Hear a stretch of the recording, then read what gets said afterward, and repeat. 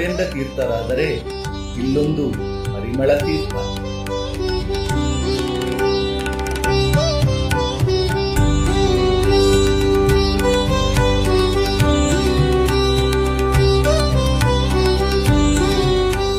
ಶ್ರೀ ರಾಯರ ಪರಿಮಳವೆಂಬ ಗ್ರಂಥವು ಮಧ್ವಾಚಾರ್ಯರ ತೀರ್ಥವನ್ನು ಅಂದರೆ ಶಾಸ್ತ್ರವನ್ನು ಬೋಧಿಸಿದರೆ ಈ ಪರಿಮಳ ತೀರ್ಥವು ಪಾಪಗಳನ್ನು ಭೇದಿಸುತ್ತದೆ. ಅಂದರೆ ಕೇವಲ ಇದರ ದರ್ಶನ ಮಾತ್ರದಿಂದಲೇ ನಮ್ಮ ಸಕಲ ಪಾಪಗಳು ಪರಿಹಾರವಾಗಿ ಪುಣ್ಯ ಪ್ರಾಪ್ತಿಯಾಗುತ್ತದೆ.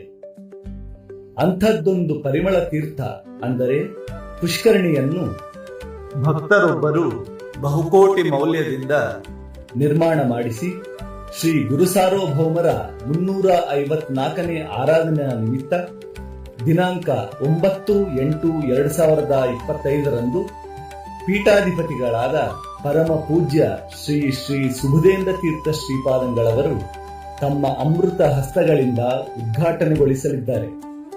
ಇದರಲ್ಲಿ ಮುಂದಿನ ವಿಶೇಷ ದಿನಗಳಲ್ಲಿ ತೆಪ್ಪೋತ್ಸವ ಮುಂತಾದ ಧಾರ್ಮಿಕ ಕಾರ್ಯಕ್ರಮಗಳು ನಡೆಯಲಿದೆ.